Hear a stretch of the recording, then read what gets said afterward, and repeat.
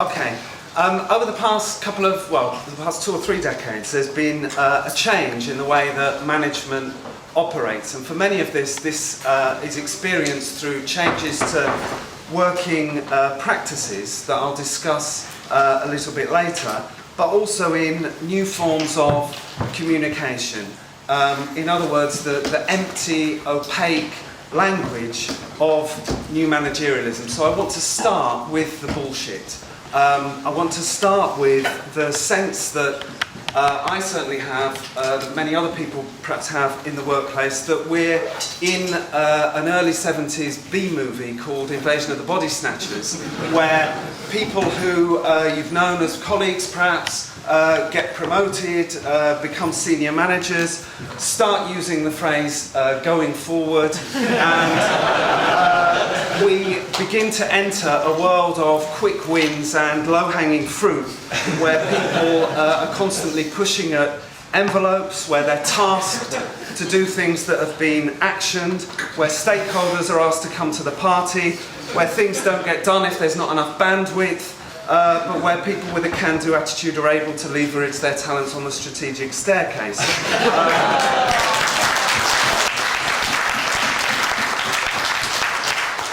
It's a world of blue skies thinking, of 360-degree thinking, of out-of-the-box thinking, but also of inside-the-box thinking, where things are taken offline or they're taken to the next level.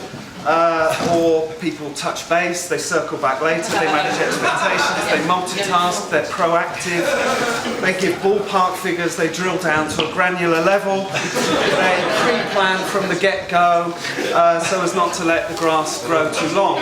Sometimes people have to put all their ducks in a row, they have to avoid throwing pies in the dark, share best practice, bring things to the table, but at all times give 110%. Sometimes people engage in brainstorming, where ideas are thrown about. Sometimes they engage in blamestorming, where reasons for failure are identified. Now, a number of employers have banned the use of the word brainstorming because it's associated with people having fits, and they instruct their workers to have ideas showers. Where I work, senior managers, they don't send directives around by email. These directives are cascaded down. One employee wrote to the BBC and said that this phrase gives the impression that we're being pissed on. Which she said, we generally are. So, in and of themselves, these kind of words, like a lot of current management practices, appear mundane or ridiculous or benign.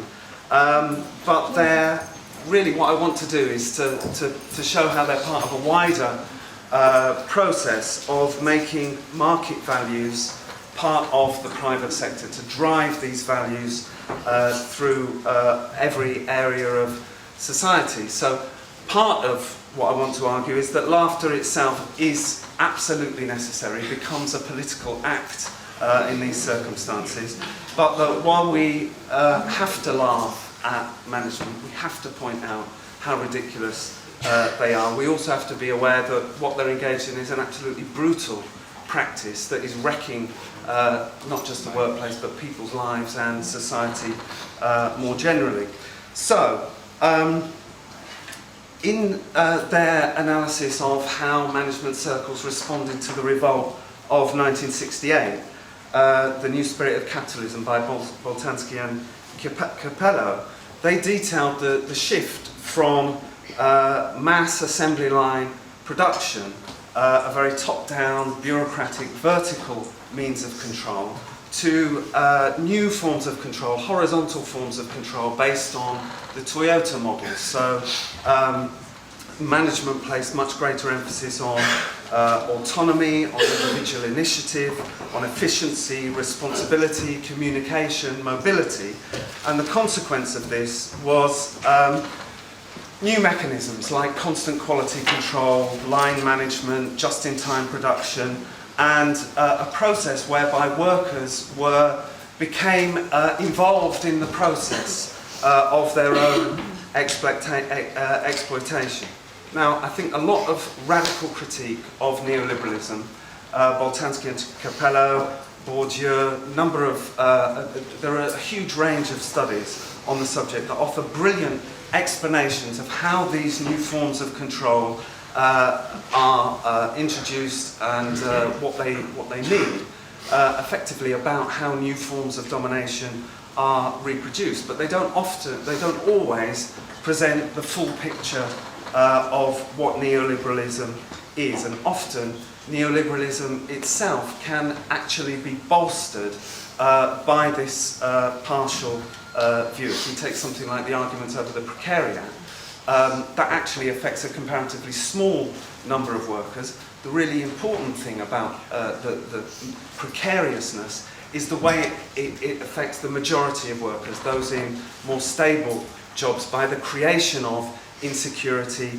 and fear to undermine their confidence in the workplace. So I think it's important to understand firstly that neoliberalism has come about on the back of defeated struggles, and that its ideology and to a certain extent its practices have been used to seize the advantage following those defeats. But it's the defeats that were the important thing in creating a situation where that was possible. So it's often assumed that all of these new practices and neoliberalism itself has come about because we've lost the argument over privatisation or deregulation or the role of the state. I think it's often more a question of our lack of confidence in our collective ability to assert ourselves in the workplace that's a key factor in this. So I want to look at the way that neoliberalism has imposed itself in the workplace, the way that, and particularly in the public sector, the way that neoliberal managerialism attempts to create a culture of compliance in processes by introducing processes of control, accountability, breaking up collective solidarities and attempting to replace them by an emphasis on personal responsibility. So, can you just pass me that water? In some areas, production is no different, really, to the assembly line model of Taylorism or Fordism. So if we look at something like call centres, about hundreds of thousands of people are employed in call centres. They're subject to extremely rigid forms of control. Last month, the Unison report showed that 80% of employees in call centres in Britain said that working practices cause stress, often with an impact on their personal lives. And this report details the extremely pressurised, target-driven, closely monitored working arrangements of call centres and their effects that results in some cases with 100% turnover levels in certain call centres.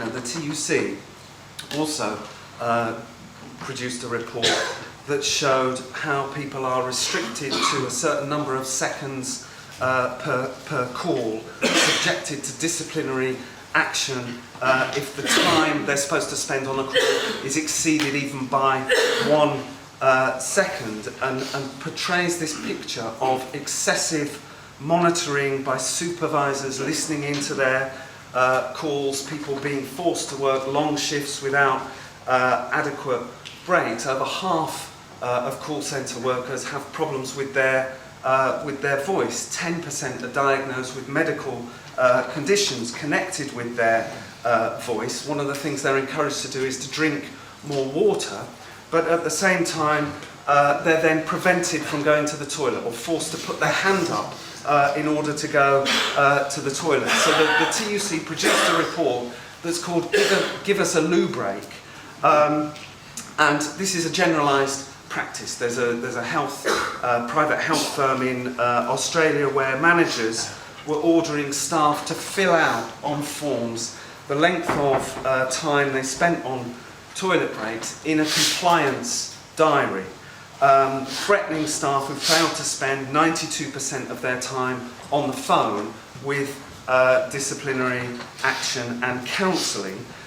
Team leaders regularly popped in to the toilet if workers were spending too long in the toilet, and staff were then lectured for failing to enter even a 1-minute trip to the toilet in their compliance diary, and management instructing them to only use the toilet at certain times. So this TUC report says it wants to see recognition that a worker's right to use the toilet is a human right. Right, so this is the 21st century workplace.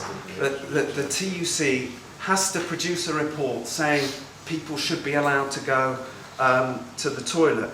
So this example really is an extreme version of what employers and the government are attempting to impose throughout society. And I'm sure that most of us will have experienced the frustration of being put on hold, listening to piped music when you ring up one of these call centres, then dealing with somebody who can't really provide solutions, and you get angry and you're pitted against the person in the call centre who's subject to these conditions. And I think that's a kind of microcosm of the customer service provider model that is being extended not just through call centres, but in banks, in universities, in schools, in hospitals, throughout society. So it's an attempt, it's part of an attempt to part of a picture of collective solidarities being broken up by market relations. So what we're seeing is an importation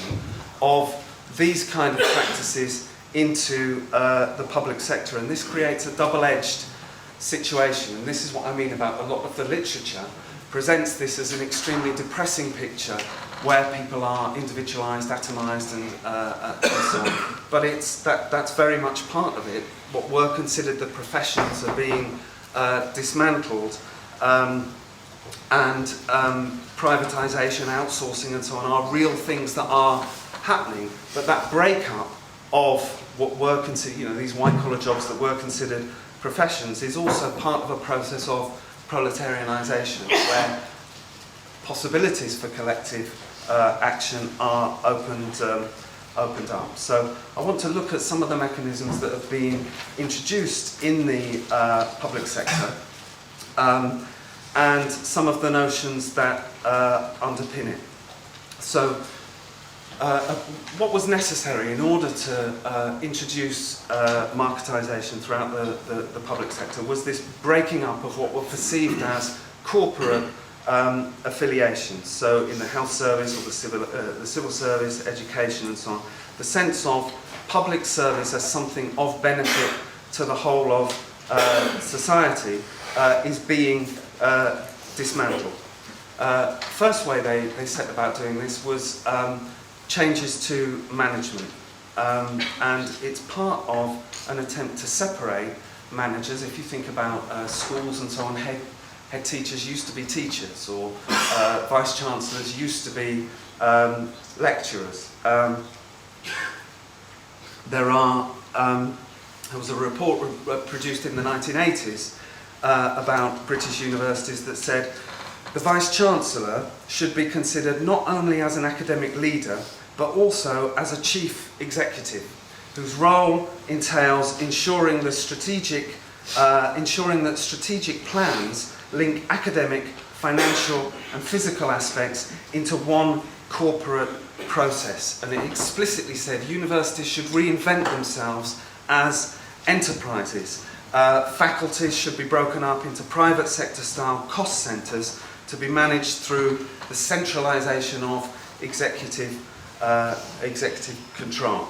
So managers' pay, which now in universities often is in excess of £250,000, is also part of this process of stratification, of separating them off from the rest of the sector, making it easier to impose restructuring, outsourcing, and so on. So private sector companies, through outsourcing, now run huge swathes of the public sector. They account for more than, well, they account for around £80 billion of public expenditure in the public sector. And so you have companies like G4S running parts of the public sector. Their chief executive made £3.8 million in salary, bonus, share options and so on in 2010.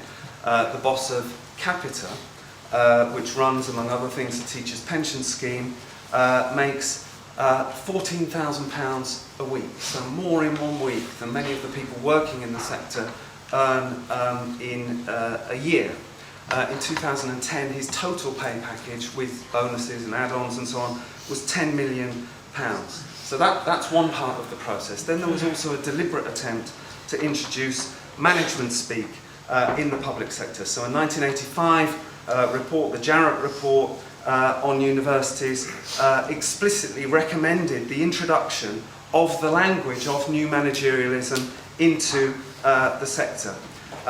Universities are first and foremost corporate enterprises, it said.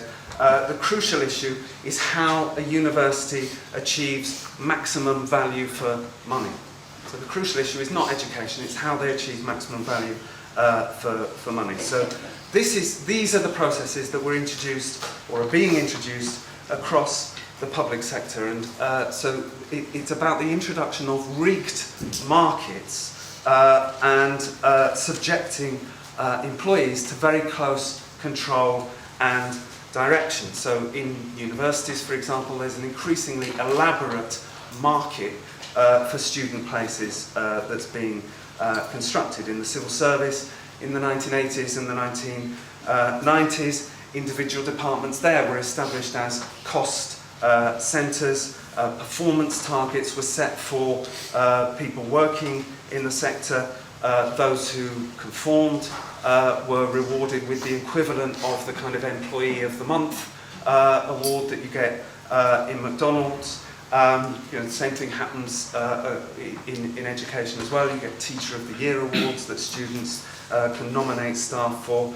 And so the emphasis here is on internal control mechanisms rather than a wider commitment to the service being provided. So mechanisms like performance review and auditing are used not to improve performance, not to achieve accountability or transparency, but to neutralise dissent.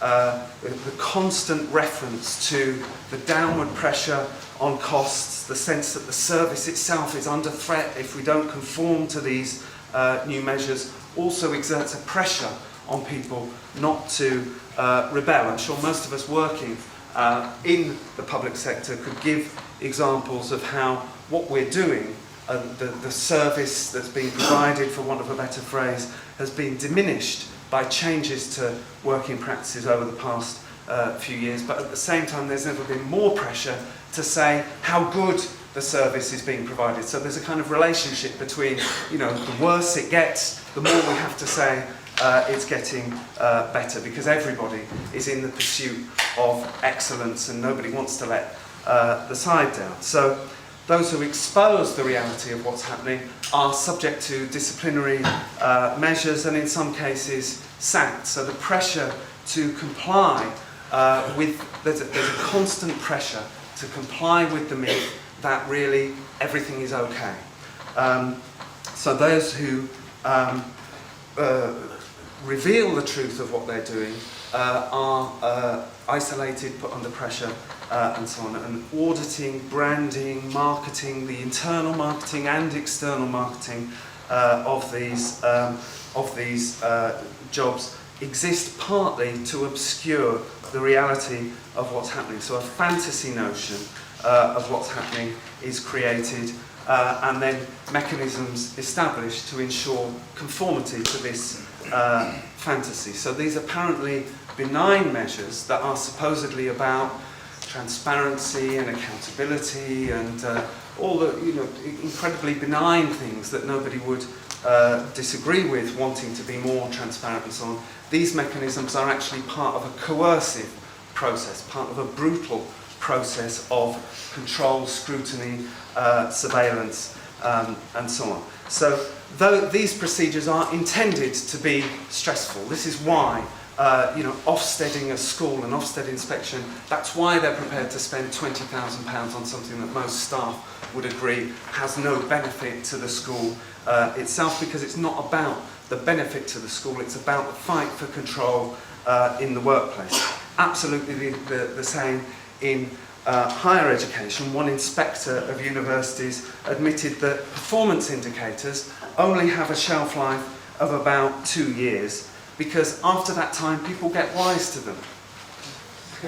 So if they're about improving performance, people should get wise to them, but what they're about is about the intention is about control and to make people insecure, create a climate of fear by constantly moving the goalposts. So it's about replacing values of trust, cooperation, solidarity, mutual aid with the values of competition, profitability, where outcomes are constantly measured, where people are ranked, performances audited, and the workplace, a climate of fear is created in the workplace. And it's also about inculcating a market view of society throughout the workplace.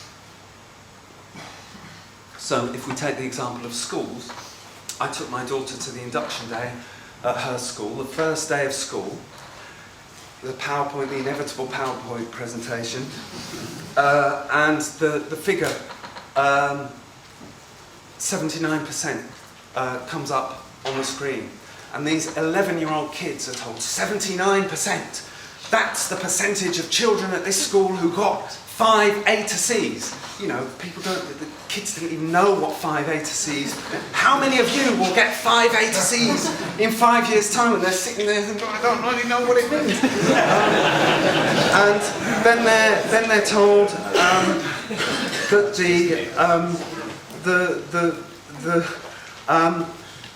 the role of the school was to help children exceed their potential.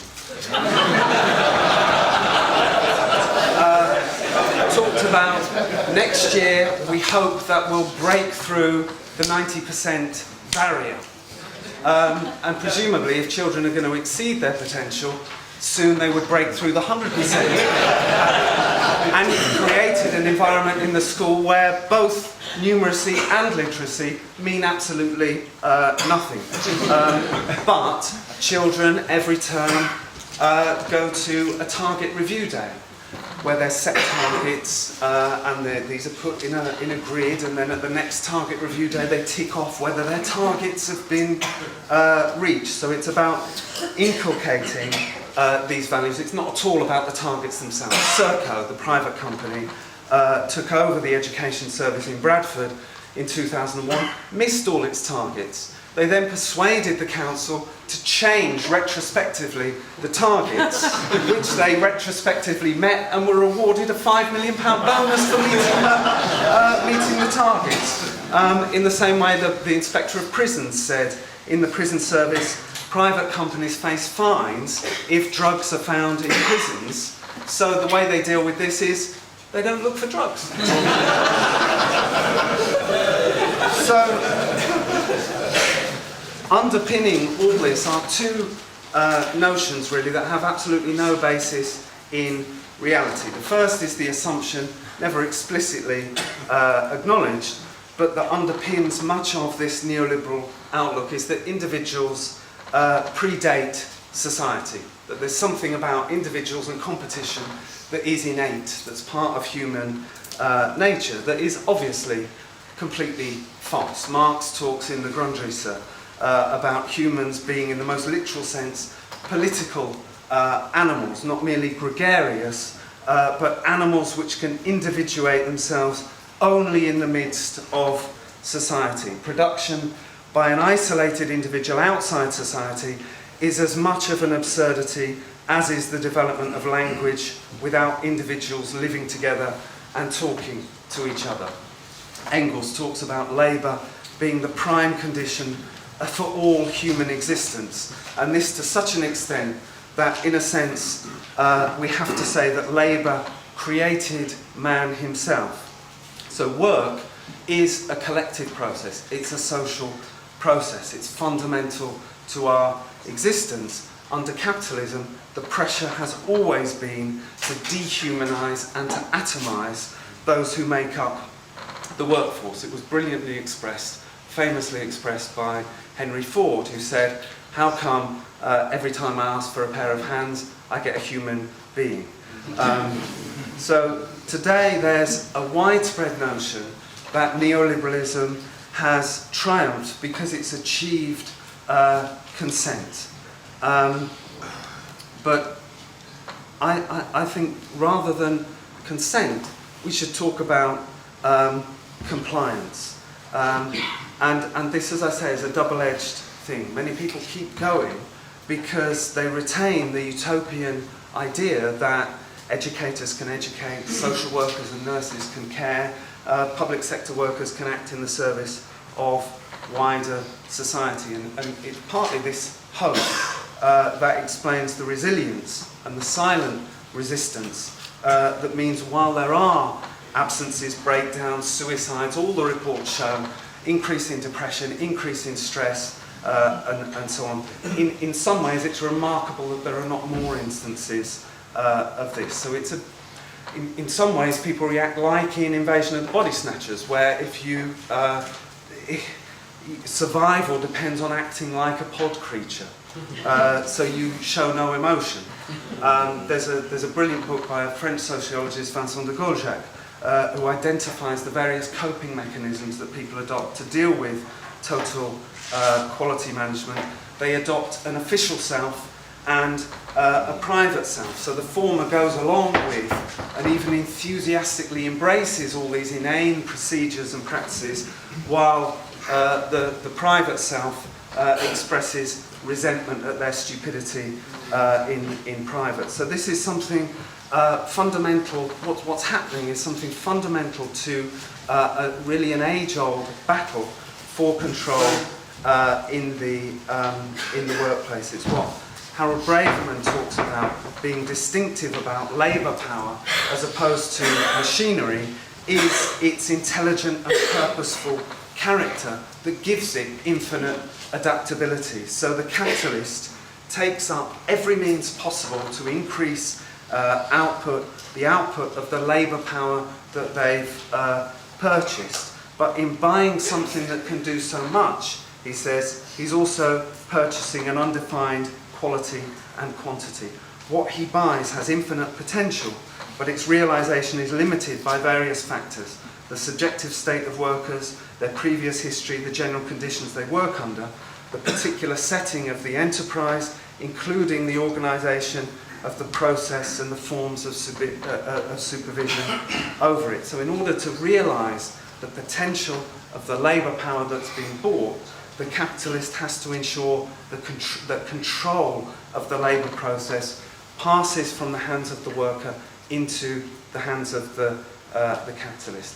So Braverman says this transition presents itself in history as the progressive alienation of the process of production from the worker. To the capitalist, it presents itself as the problem of management. So this is why they devote so much time to inventing these mechanisms of control. So resistance also is as old as capitalism. It's about the fight to prevent oneself from being turned into an animated tool of the management. And so what neoliberalism is attempting to do is address some of the shortcomings of Taylorist scientific management assembly line production by attempting to generate active participation in this process of control. So put bluntly, in the Renault factory at Boulogne-Billancourt in the early 20s, the foreman, they were worried about communists in the workplace. The foreman used to go to work in the full regalia of the white Russian army and stand there surveying everyone And that was the role of the foreman. Now, instead of a foreman looking out for who's going to the toilet and so on, people are asked to fill out their own form of compliance. That's essentially the difference. But it's not the case that this produces either affiliation, either consent or suffering.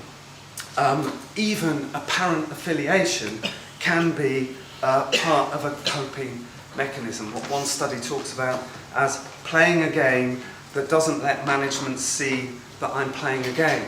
But what's happening at the same time is this latent, seething anger welling up that gives potential for collective action. So, just to end, how do we deal with it then? I think the first thing is it's very important to point out wherever possible and whenever possible that management are ridiculous. And this can be about mocking their pretensions. A decade or so ago, workers at NASA were disciplined because it was discovered that they were taking bullshit bingo cards into meetings with management and crossing off.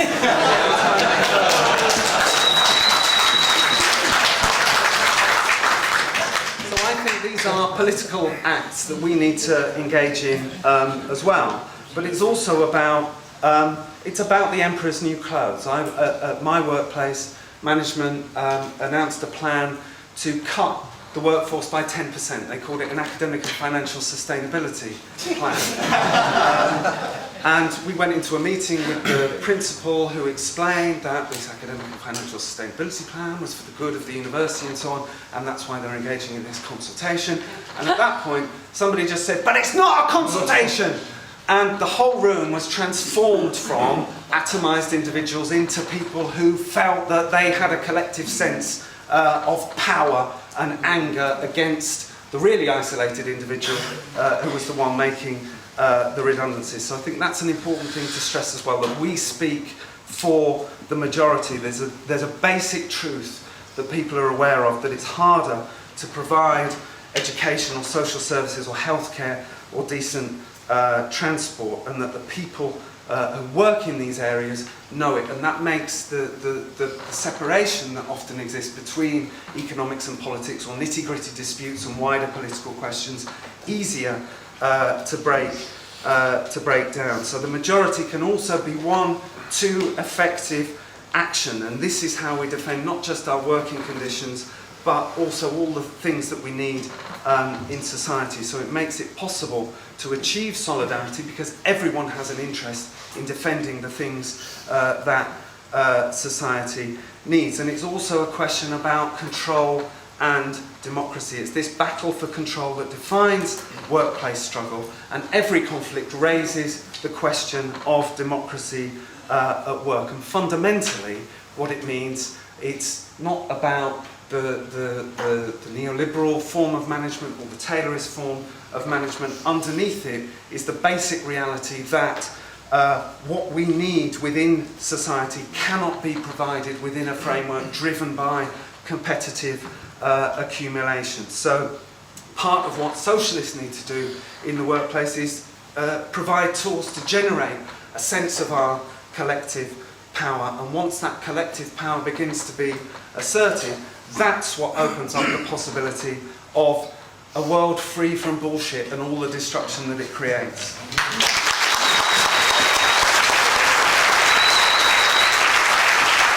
Thank you for that. That was a really amazing talk. I think it was really engaging because there was a certain level of humour in some of the resistance tactics that we were discussing.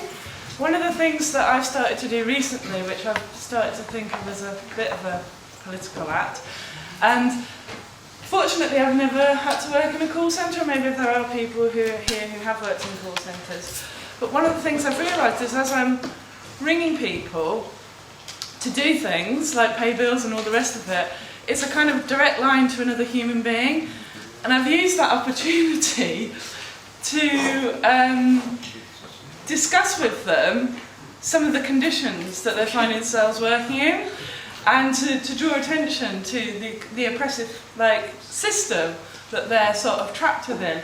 So I think that what we all need to do, and because members of the Socialist Workers' Party are so good at trying to recruit people is to use every single opportunity that we have to connect with other human beings, to draw attention to the conditions that they're working with. So I advocate setting up of a Socialist Workers' Party call centre to call call centres and to plant the seeds of revolution in all of these people's minds. Interesting industrialisation strategies there. What Jim was saying about the culture of bullshit in management speak, what I think is quite interesting about that is it's not a phenomenon that is restricted to the workplace. You see it spilling out into wider culture. I mean, I've noticed it particularly in official politics these days, in neoliberal politics. I work as a journalist on Socialist Worker, and quite often, you know, Ed Miliband gives a speech, and editor says back, go and critique this speech, and you know, you go onto Google, you look it up, and you read through it, and it's like, oh my God, this just doesn't make any sense whatsoever. It's just like a sort of stream of consciousness, buzzwords and marketing speak that, you know, being shat out by someone in a focus group, and then now suddenly this is being presented as a set of ideas. And that makes me wonder whether, you know, there's an extent to which the reliance on these processes of bullshit and gabble and form filling and what have you, perhaps starts to undermine and weaken the ruling class. You know, there's a certain minimal level of rationality that the bourgeoisie have to have in order to manage and make profits. And when you see this kind of rampant proliferation of kind of crazy performance metrics and form filling and bureaucracy and bullshit and so on that Jim's talks about, you wonder. I can't help wonder whether actually that their ability to manage is being undermined, that they're actually getting high on their own supply and weakening as a result of this. I mean, this is kind of, perhaps might be kind of speculation and wishful thinking on my part, but I wonder whether there is an effect in which that they end up pretending to manage and we end up pretending to work for them. You know? The thing I want to end on that, I think it's important the way that Jim stresses the dimension of ridicule here, because there's a vast academic literature on neoliberalisation in the workplace, and most of it is very, very depressing stuff. They see, they start from a very narrow-minded point of view, where they equate working class with, you know, being a Renault worker in the 1920s, and then, surprise, surprise, things have changed. And they equate this process of neoliberalisation with the death of the working class. And I think it's very important that you say that this is actually not that, it's proletarianisation that's going on here. And that if that's what's going on, it also means that there are scope and potential for resistance to it, because those two things always go hand in hand. And that's a positive message you can take out of this, rather than the usual, you know, woe is me, the working class is disappearing stuff you hear around these issues. Yeah, no, I think it is, just going on from what the last speaker said, I think it's really important to see the emphasis on the ridiculousness of it. And also that, you know, the reason that we found it so funny is also why lots of people find it so funny. It is the language of managers. And so in some ways it kind of distinguishes. It's not that everybody uses the language, actually. It is managers that use the language. And in a way it emphasises the sharp class divide that is happening, actually. But the point that I wanted to make is, and people have talked about the vulnerableness and the weakness of it, and I think actually the recession and the crash, at one level, you know, has questioned the whole market ideology. And so it is more vulnerable for them. And, you know, the fact that the crash indicates that the markets haven't worked is kind of in the backs of minds, because the experience that Jim talked about in our workplace too. We had a meeting, very similar, you know, it's happening all over in Ireland. We had a similar meeting in our university. It was meant to be announcing the cuts. And the language that it was put in, somebody, you know, said, this is ridiculous, we shouldn't be using this language. And the whole thing went on how outrageous it was that we were using this thing. And thank God the manager never got around to explaining the cuts, which was great.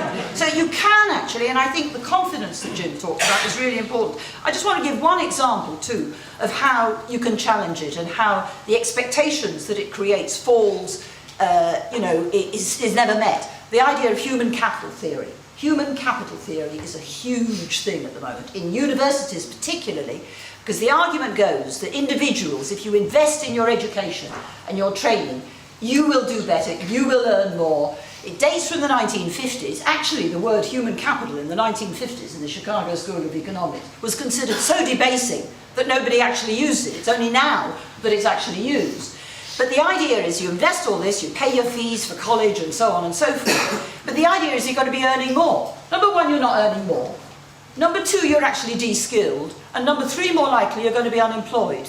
That creates a feeling of frustration, your expectations aren't reached, and it can actually lead to huge political disillusion. And a lot of the student protests in Chile, in Quebec as we speak at the moment, are precisely that falling on the rocks of disillusion.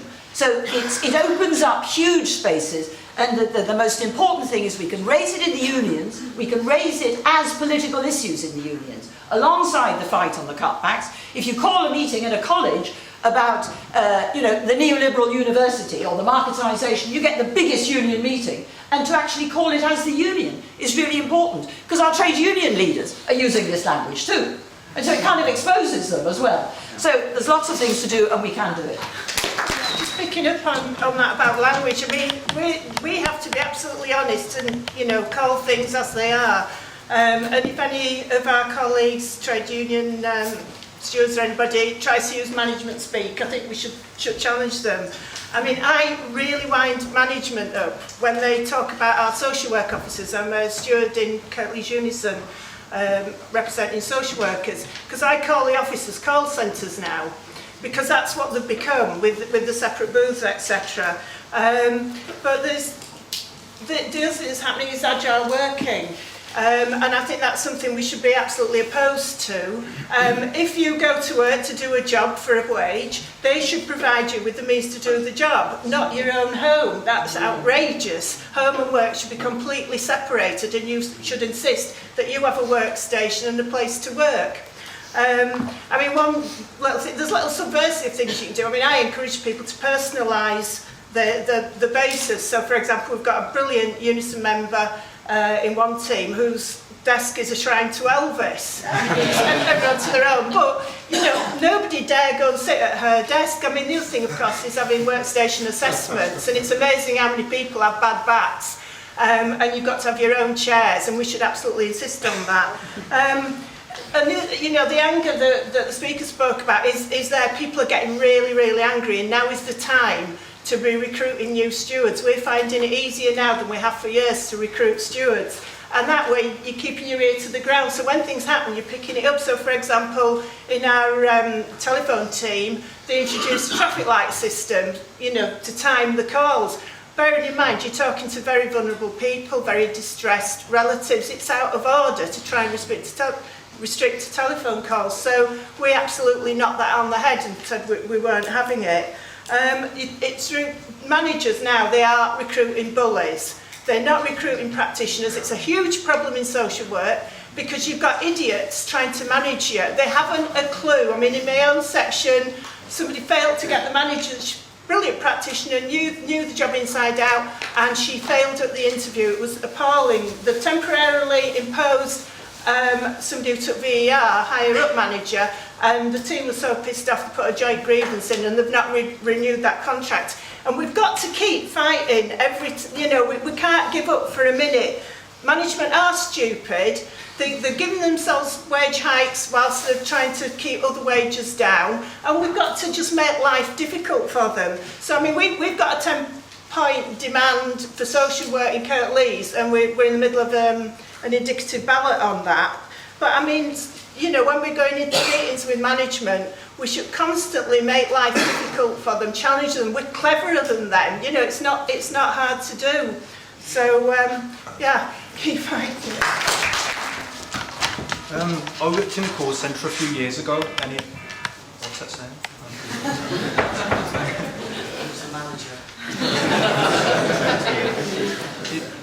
I tell you what, it really is that bad. Just to name a few, never-ending call queues, abusive customers, staff blamed for causing customers to be abusive, toilet break monitoring, call time monitoring, isolation and separation from colleagues, call turnover targets, call talk time monitoring, call recordings, and unrealistic targets as well. just to give you an insight into my story. It was about 3 years ago, and I was working in the call centre then. And it came to a head when management introduced a policy where you had to ask to go to the toilet. And I wasn't very politicised then, but I knew what was right and what was wrong. And I went home and I talked to my girlfriend, and we said, this cannot be right, this isn't right. So I became a union member, and we got staff together, we wrote a report at Yates's, had a drink, and we took it with the union and said, look, help us, we want to fuck them over essentially, they can't do this. We did our research, there's health and safety laws against, it's a human right to go to the toilet, and we progressed, we managed to get rid of that and a few other things as well, such as the targets,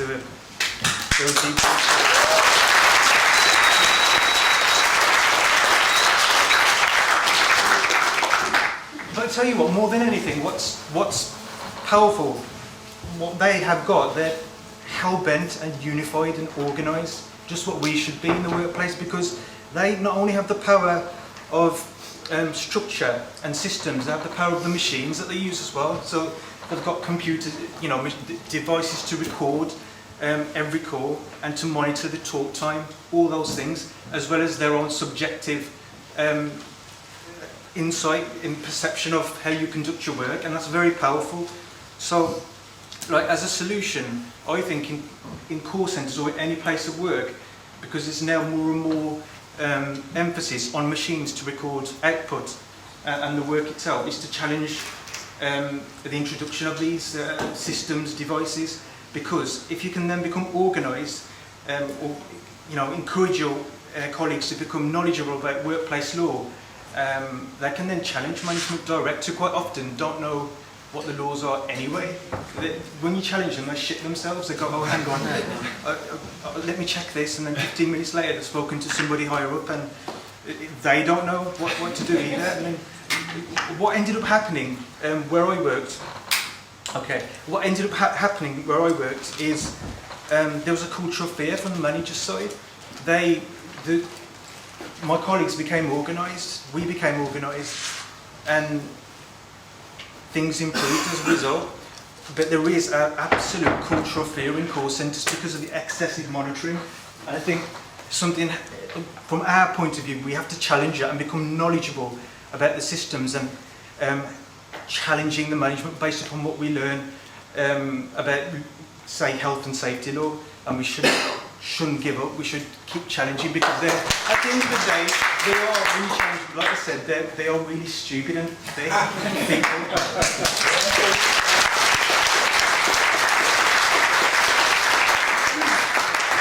Please now limit their contributions to 2 minutes, because I'm going to try my best to squeeze as many people in. I work for the cooperative insurance in the call centre, and anyone who believes that cooperative is a method for changing the world should probably listen to this. I would describe the people that work there and the conditions they work in. I would say that we are battery hens. Why do I say that?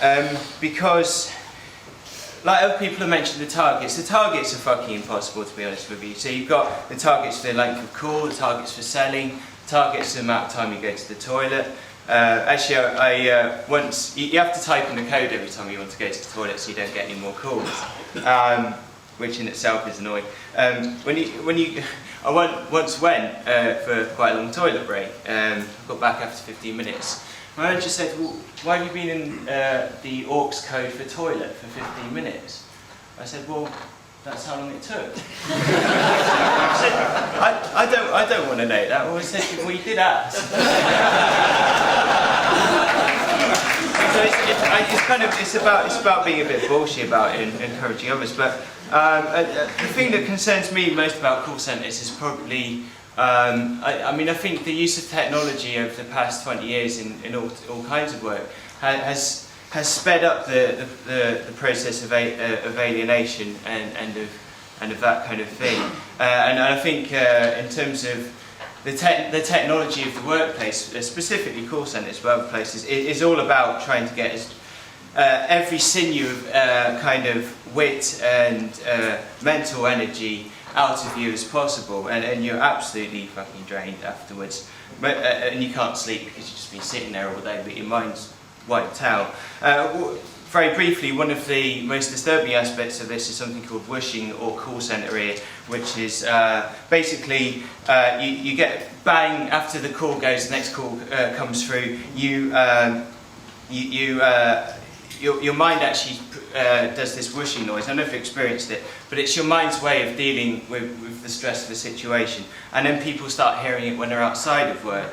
But I mean, this is the kind of thing that's happening. But I mean, like I say, all I can do at the moment in my workplace is just to encourage other people to speak up as much as possible, and just not be afraid, because actually when you do, they don't necessarily actually just sack you for it. They actually find it quite scary. You can change a few things.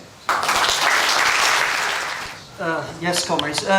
Jim referring to the TUC report on the rights at work, like going to the toilet. Of course, there's also the physical need element, but it reminded me of social history texts about Britain in the 19th century.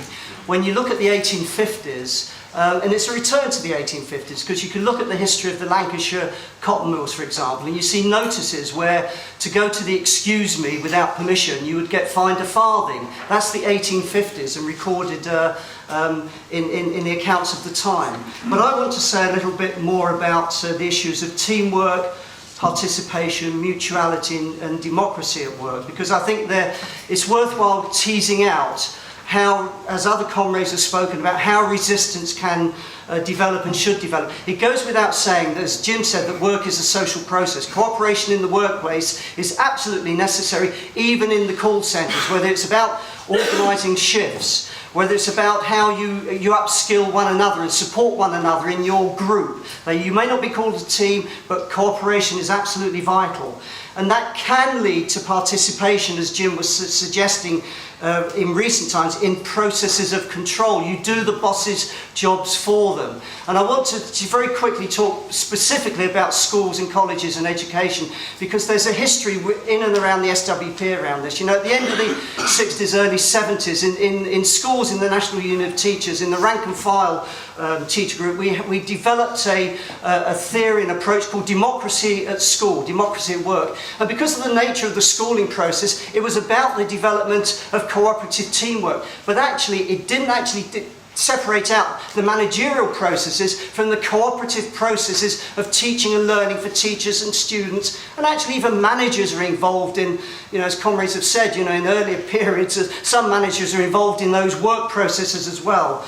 But what happened was that a recognition, actually it was the early 1970s, because we always used, the National Committee of Rank and File Teacher always used to meet at Honey Rosenberg's house. And there was Tony Cliff, you know, in another room, dictating his stuff on volume 2 of Lenin, whatever it was. And when he finally got to look at this Rank and File Teacher Democracy in Schools pamphlet, he more or less exploded and said, you know, where's the mutuality? And that's what I want to come back to, because Jim, you did talk about democracy at work, and I want to refine that, because you also quite rightly talked about mutuality. We need democracy at work, because working with groups, upskilling one another, supporting one another, and constraining what the managers can do, but theorising that and understanding that as mutuality against them. And just to conclude, that you know, when we work in our united campaigns, united front is the jargon of the left, but united campaigns, we're looking outwards all the time. And I wanted to say something else from quote Cliff again, because he always used to argue that if they're coming towards you, whoever they are, you wrap your arms around them. When they're moving away from you, you boot them up the backside and get rid of them. And we used to apply that to managers. You know, what I'm saying about resistance within the work process, also, you know, it goes hand in glove with building the trade union at work, fighting all the fights. But within the work process itself, as comrades have said, resistance and organising that is absolutely vital. But a concept of mutuality with the boss and against the bosses, you know, they may have, you know, it's not revolution, it's simply recognising that we as a group have to be respected, take account of, and it constrains what the managers can do. Thank you. Under capitalism, the makers are the same, don't they? Just reminds me actually, with the Jubilee, I mean, we should always do what we can to defend the personalisation of people's workspaces, and that's why I've got my socialist workers stuff the Jubilee, which is still on my workstation, and around the corner some royalists have got their bunting.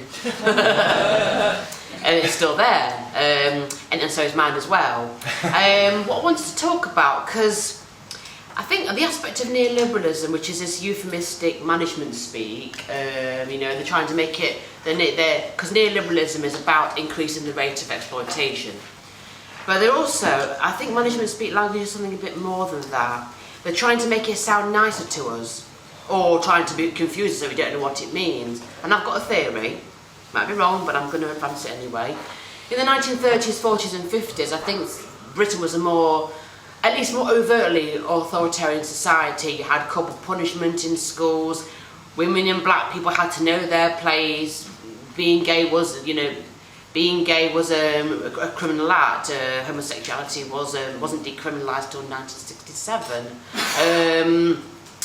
And I do think, the reason why I want to talk about that is that I think, you see, I do wonder if actually, because in a lot of ways Britain is less authoritarian in terms of people's attitudes than what it used to be. So I wonder if this, some of this euphemistic management speak is because they know they've got to make exploitation sound a bit nicer for us to believe in it. Whereas back in the 1930s, bosses would just say, fuck off you fucking scum, do the fucking work. You know, they were more overt about it, you know, more, you know, there's none of this, what, you know, old dominate the young, you know, it wasn't just, you know, white dominate black people, old dominate the young. You see, and just finally, I was reading, because management consultancy and euphemism speak hasn't just been going on since the mid-80s, I think that's when it got popularised. But I mean, where I work, I went to this as a TUS observer, the management training course, just to observe it, not to participate. And they talked about the first management consultancy books were back in the late 60s, actually. When they actually started was back in the late 60s, and it was US economists, something like that anyway, trying to make it sound nicer what they were doing.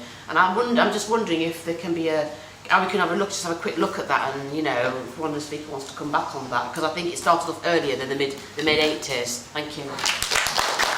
Yes, comrades. Like Jim, I'm also a member of the UCU, although now, thankfully, no longer branch secretary at Carshalton College, but Joe Soap, rank and file member of the London Retired Members Branch. And being retired, I'm really glad that I'm no longer a human resource. I don't have to worry about quality assurance or best practice, and most of all, I don't have to listen to people earning 5 times my salary whose sole concern is the management of the institution and not education, referring to students as funding units. Just to give you a couple of anecdotal points, an example of management speak, I mean, Jim's quite right that the whole observation process and everything is used to discipline us as workers and to keep us in a practically constant a sense of insecurity and stress. In FE colleges, and I believe in HE they don't have to worry about this yet, but in FE colleges they grade us after observation on a climb from 1 to 4, where 1 is excellent, 2 is good, 3 is satisfactory, and 4 is unsatisfactory. And I'm rather proud to say I never got above a 3.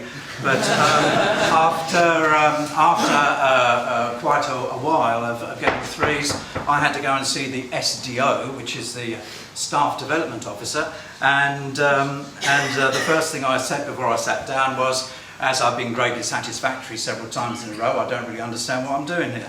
And she said, Tony, you have to understand, satisfactory just isn't good enough.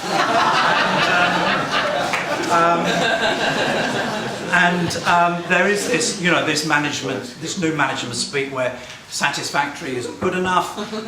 Consultation is you sit down, keep your mouth shut and listen to what we're going to do.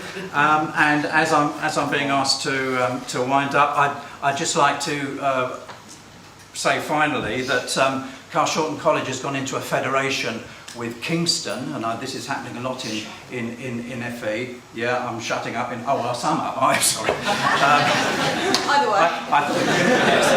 Sorry, I was so used to listening to management telling me to do that. This is happening a lot in FE, where colleges can no longer afford to continue running as autonomous units, and so they're going into federation with each other. And at a time when we are now, I say we, I mean my ex-colleagues are now entering into what I think is the third year of wage restraint. The senior management team have now gone on from the Carshalton contract to the Kingston contract, where at a stroke of a pen they are getting 20,000 a year more, which is just absolutely outrageous. Yeah, there, comrades. Tom Kay, Sheffield, NUS in GMB. I'm fortunate enough to work for one of the Asda stores as a checkout warrior. I mean, there's nothing more refreshing than working for Walmart, I can tell you that much. And I just wanted, I mean, when we're talking about constant auditing, I think when it comes to retail, and especially in these Americanized workplaces, not only does it happen, but it happens in such a ridiculous fashion. I mean, as I walk into work for the last week, I've been adorned in American flags to celebrate the 50th anniversary of Walmart. Now, they had the cheek to put an American flag over the GMB board for a little while, but we got that taken away. But I'm subjected to some absolutely ridiculous auditing, to things like my scanning speed is monitored, and actually I have to attain a 19.5 scan per minute speed, and if I don't do that, I will not appear on the Magnificent Seven board. So, you know, it's difficult, and we also have these happy to help criteria, which is basically me talking about how wonderful a person I am at work, you know what I mean? You've got to be lovely to everyone, and it's difficult, but it gives you one over the managers, I tell you, because they are a miserable fucking bunch. When they're on the shop floor, you can go there and you can just say, look, smile, smile, smile. But I just want to say one thing very briefly. When Jim is talking about the language of bullshit of the managers, I think we have to assert one thing, that there is also a language of the working class, and of a powerful working class. And I think we're seeing the return of one word, and I think it's a very dangerous word to the management, and that is solidarity. And I think in these private sector workplaces, what we need is mass unionisation, because I tell you now, when it comes to solidarity, we can pull together and we can stop this atomisation, and we can build something much bigger than the management can stop. Yeah, 2 points really. I think part of this language is bullying. Like work, the word that gets me going is unacceptable. You offer a piece of work and they dismiss it, it's unacceptable. But I think that word, I've noticed, has come into the media a lot. Whenever you get a politician talking about, I don't know, flooding or something, Minister, what do you think about that? It's unacceptable. Bankers' loans, unacceptable. Cluster bombs, unacceptable. Leaving pensioners in shit, it's unacceptable. This bland Orwellian word, not outrageous, disgusting or immoral or anything like that. They're trying to keep a lid on it. So the other second quick point is how it can be counterproductive. In Liverpool, in the adult social care, they're reducing people's eligibility for critical or significant or moderate support. They're trying to kick people off their significant down onto moderate support as part of the cuts. And the people there in wheelchair users are subjected to a reassessment, which is called re-enablement. So they're not, I get these visions of these wheelchair users leaping out of their chair saying, hallelujah, I've been re-enabled. Where in fact it's not, it's a spin. But I think that is counterproductive language. It could actually lead to more fury. One of the things I find really bizarre is those moments at work where you find somebody who believes it, you know, or at least seems to believe it, because you bump into, you know, role as a branch secretary, you talk to management and you think, do you actually believe this fucking bullshit that you're involved in? And one of the, I think it's an interesting thing, because if you look at the question of what it is, what a lot of this attempts to do, and one of the things it tries to do with PDRs and whatever, performance development review, the thing they call it at our place, is try and foster the institution's ethos amongst people, right? Now, back in the day, people, at least, please God, tell me they weren't as cynical as folks are today. Back in the day, people had some sort of belief in what they were doing. But increasingly now, the use of this language does exactly the opposite of what it's meant to do. What it does is it fosters cynicism amongst everybody. I just talked to a colleague who walked out of a PDR meeting, and I said, as she walked out of the meeting, All right, what targets have you agreed? She looked at me, looked a little bit confused, burst out laughing and said, I've got no fucking idea what I've just done. Now, the other side of that is I then go to, I speak to the head of HR, who says to me, you know, between you and me, he says, I don't believe any of this bullshit. I just think it's all shit. I wouldn't talk to any of these people outside, but I get paid a lot of money for it. And I enjoy having good union reps like you because it's something interesting to do. Yeah, but that cynicism, the flip side of it, we can be cynical at work, but when we're atomised at home, the other thing I've got is a 3-year-old kid, everybody I talk to, which school are you going to send your kids to? Same league tables, same bullshit in a different institution where people feel paralysed. But I think the key point is that cynicism is skin deep and can really flick over very quickly into our sort of politics. I want to talk about how the bullshit programme is linked to the offensive on jobs and wages and conditions. Because I work in the private sector, and it was over 20 years ago when we started to get the bullshit programme. But what preceded it was a huge offensive on jobs.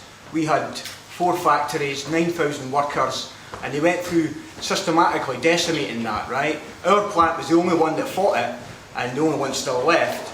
And we were then in a position to resist the bullshit programme. And I think if you want to look at it in Gramscian terms, it was like their war manoeuvre where they came in and hacked away, and then they were a position where they tried to entrench their ideology. And so we found all sorts of different ways to try to resist this bullshit programme, from the suggestion box where you got novel suggestions and whatever. I couldn't go into what the kind of things that appeared out of that, but the team brief was the best way because it was a collective way of opposing it. So when the manager came in with his religious zeal at the beginning of this programme, after about 4 months, he was a wreck, because at the beginning of the team brief we'd have the paper copy and we'd pick the target. It would either be empowerment or a paperless office or whatever it was, right? And we just gave him hell for the whole half hour. And he was a broken man. We broke that man after 4 or 5 months, right? But they did win the ideological offensive across the whole of the plant. Now, where I work now in Luton, the ideological hegemony is there, right? Now, we have won collective bargaining, we've won ballots over pay and all that kind of stuff, but the latest one we had was over work-life balance, and we won a ballot for unspecified action, which would have been work your hours. And think about ideologically how the impact that has, working your hours, not giving 110%, and not going to team briefs, and those kind of things. We need to link the resistance to the bullshit with the resistance to attacks and terms and conditions. It was really interesting. I'll try and come back on respond to as many things as possible. I think this blurring of the divide between people's public lives and people's private lives is quite a complex issue, because there is an attempt, part of the stress that people suffer is because their whole lives are invaded by work. And part of that is also a defence mechanism. It's an attempt to deal with those pressures by alleviating the pressure that you experience in the office at work by catching up in your own time. There have been a few studies done of the use of smartphones that shows, some of them show a third of people checking their emails as the first thing they do in the morning before 7 a.m. A similar number is the last thing they do at night. 29% in one case check their emails while they're having their evening meal, and it's that invasion that can make people feel that they're subject to this interminable burden that weighs down on them all the time. And part of the point about this emphasis on management speak is that the attempt to present things in these terms that are deliberately meaningless, it's an attempt to depoliticise a very political process and present it as a neutral process. And it does, as people said, extend to the political field. One of the mantras that Blair kept, Blair, one of the most efficient and effective pioneers of, in many ways, the introduction of neoliberalism in the public sector, constantly talked about, he wasn't wedded to ideology, he was just interested in what works, and all the jargon of New Labourism, the importance for them of language, they weren't about clause 4, they wanted to root that out, and so was about depoliticising that process to make out that it was simply about responding to things in a practical way that masked the political element of it. And I think so therefore part of our job is to expose that, you know, and as people said, not take that on. I mean, my union, UCU, had a slogan for years, defending jobs, defending education.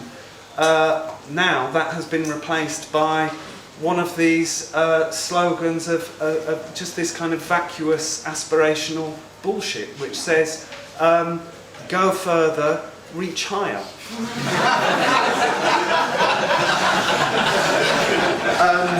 You know, I've asked if this will just be for the duration of the Olympics.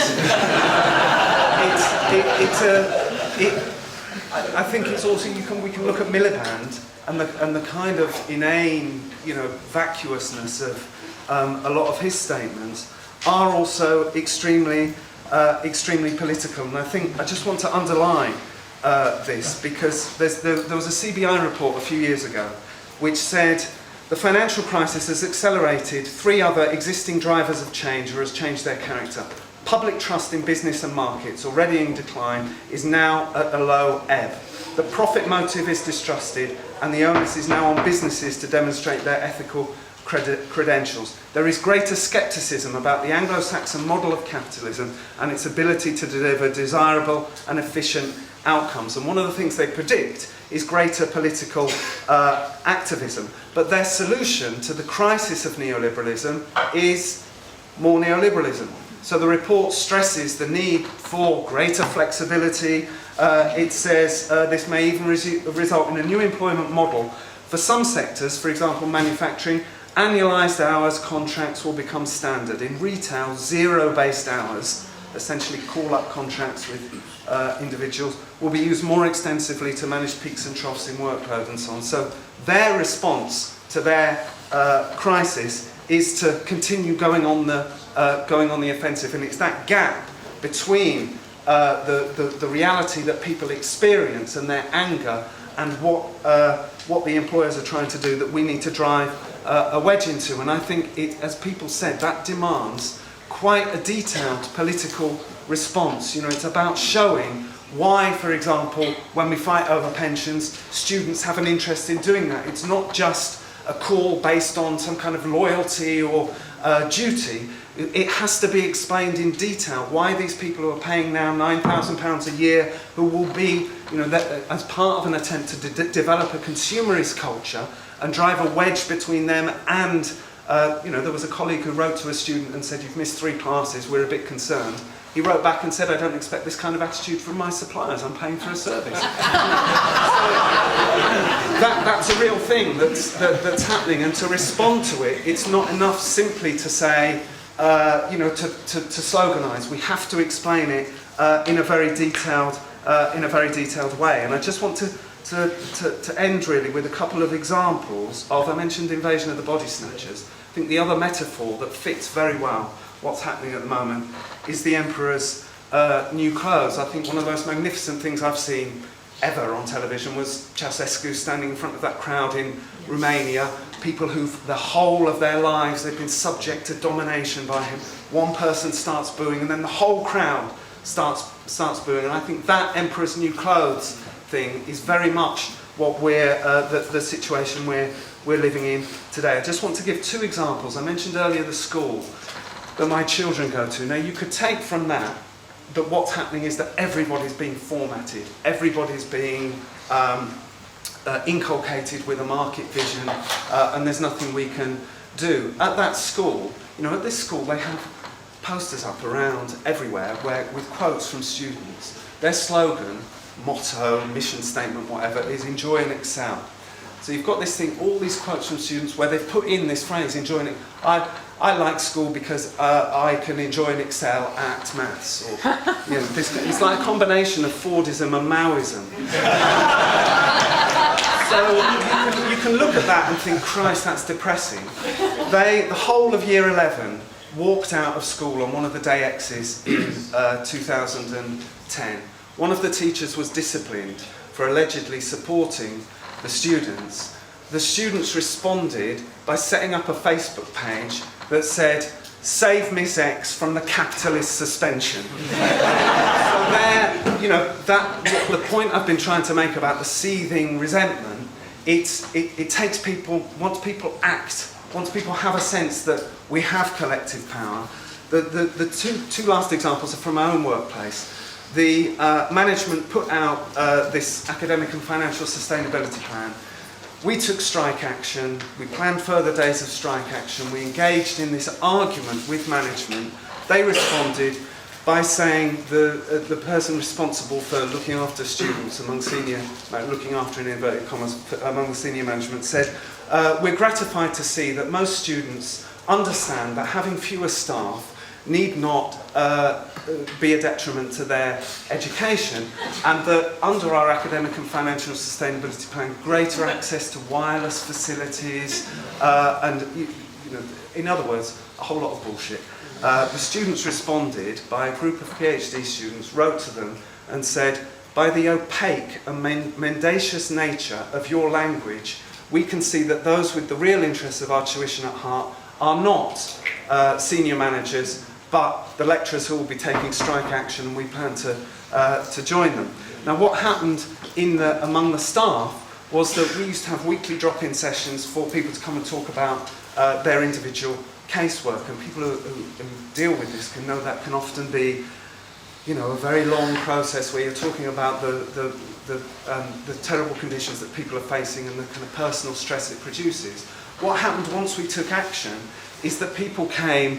And this guy turned up and he said, look, I don't know whether this is appropriate for here, but I've written something up, and usually you get long letters about the ins and outs of their cases. He says, I've written out a plan for restructuring senior management, and I'd like us to discuss that.